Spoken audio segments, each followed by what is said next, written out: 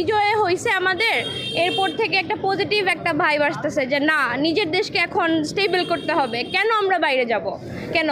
So এখন আমরা দেয়াল যেগুলো প্রাপ্তি করতেছি, এর আগে আমরা ক্লিন করছি, এরপরে হচ্ছে কি আমরা উদ্যোগ নিব যে আমাদের গাছ লাগানো, এগুলো করে আস্তে আস্তে স্টেপ বাই স্টেপ আমরা অনেক কিছু করে যাব।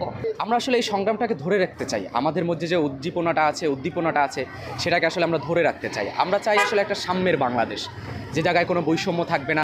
অর্ধেক পাউডারে দ্বিগুণ উজ্জ্বলতা, নতুন রিন অ্যাডভান্সড অর্ধেক পাউডারে দ্বিগুণ উজ্জ্বলতা।